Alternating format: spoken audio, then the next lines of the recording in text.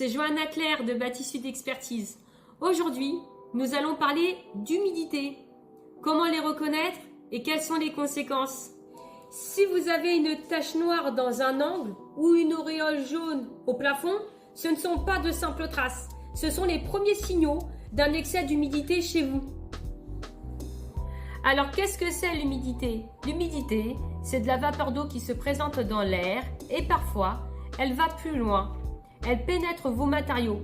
On va parler de vos murs, vos placos, votre sol et bien plus encore.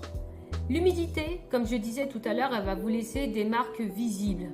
On a parlé des taches noires dans les angles, des auréoles jaunes au plafond, mais bien plus encore. L'humidité va faire des ravages.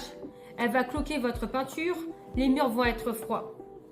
Bon, pour vous montrer des cas concrets, je vais vous montrer des images en réel pour que vous puissiez comprendre. Allez, on y va.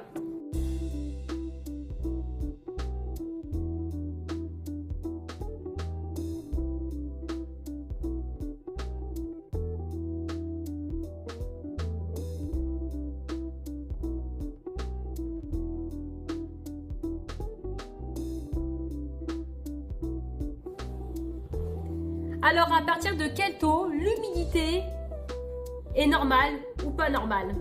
Un taux normal se varie entre 45 et 60%.